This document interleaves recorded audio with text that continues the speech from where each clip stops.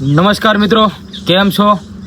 હમણાં થોડા સમયથી એક સોંગનો ખૂબ જ વિરોધ થઈ રહ્યો છે કે સોંગના શબ્દો છે આબુડાની પહાડ વચ્ચે ભીલણે માર્યો ગરાસિયો. આ સોંગની રિયાલિટી આપણે જોવા જઈએ તો વર્ષો પહેલાં એક ભીલણ નામની છોકરી આબુના પહાડ વચ્ચે જાય છે અને એના પગમાં ચાંદીના કડલા પહેરવા હોય છે અને ભીલણની સાથે એક ગરાસિયો હોય છે અને ચાંદીના કડલા જોઈને અમુક લૂંટરાઓ એ ગરાસિયાની હત્યા કરે છે. તો મિત્રો, આ સોંગ ગુજરાતની અંદર વર્ષો જૂનું એક લોકગીત છે, જેમાં ઉત્તર ગુજરાત, જેમાં અરવલ્લી, જેમાં આબુ રોડ અને રાજસ્થાન. અને આ સોંગ 300-400 વર્ષ જૂનું અને લોકપ્રિય ગીત છે. તો 400 વર્ષ 500 વર્ષ જૂનું ગવાતું આ લોકગીતનો વિરોધ અત્યારે જ કેમ? મારો આ પણ સવાલ છે. હવે વર્ષો જૂનું કદાચ સોંગ હોય તો ફરી એક ભાઈએ, જે વનરાજ ઠાકોર કરીને ભાઈ છે, એની એઆઈની અંદર આ સોંગ ફરી રિલીઝ કર્યું છે અને આ સોંગની લાઈનો ઇન્સ્ટાગ્રામમાં થોડીક વાયરલ થાય છે અને જેના કારણે આ સોંગનો અતિશય વિરોધ થાય છે, બરાબર.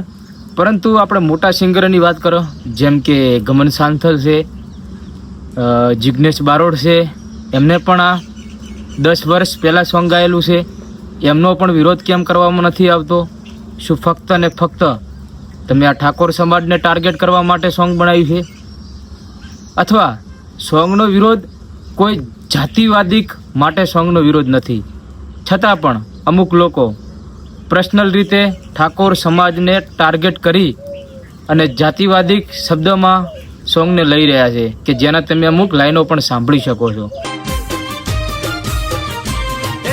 અમીરગઢની બજારમાં ગરાસીએ માર્યો રે ઠાકરડાને, આખી બજારમાં દોડાઈ દોડાઈને માર્યો રે ઠાકરડાને.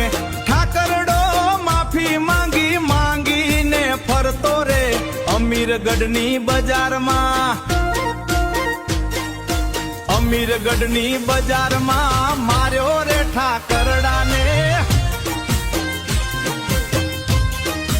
આનો વિડીયો મેં ઇન્સ્ટાગ્રામની અંદર કાલે બનાવ્યો હતો. તો અમુક અસામાજિક તત્વોએ મારું પણ ફોટો લઈ અને મારા નામનું પણ એ સોંગ બનાવ્યું છે.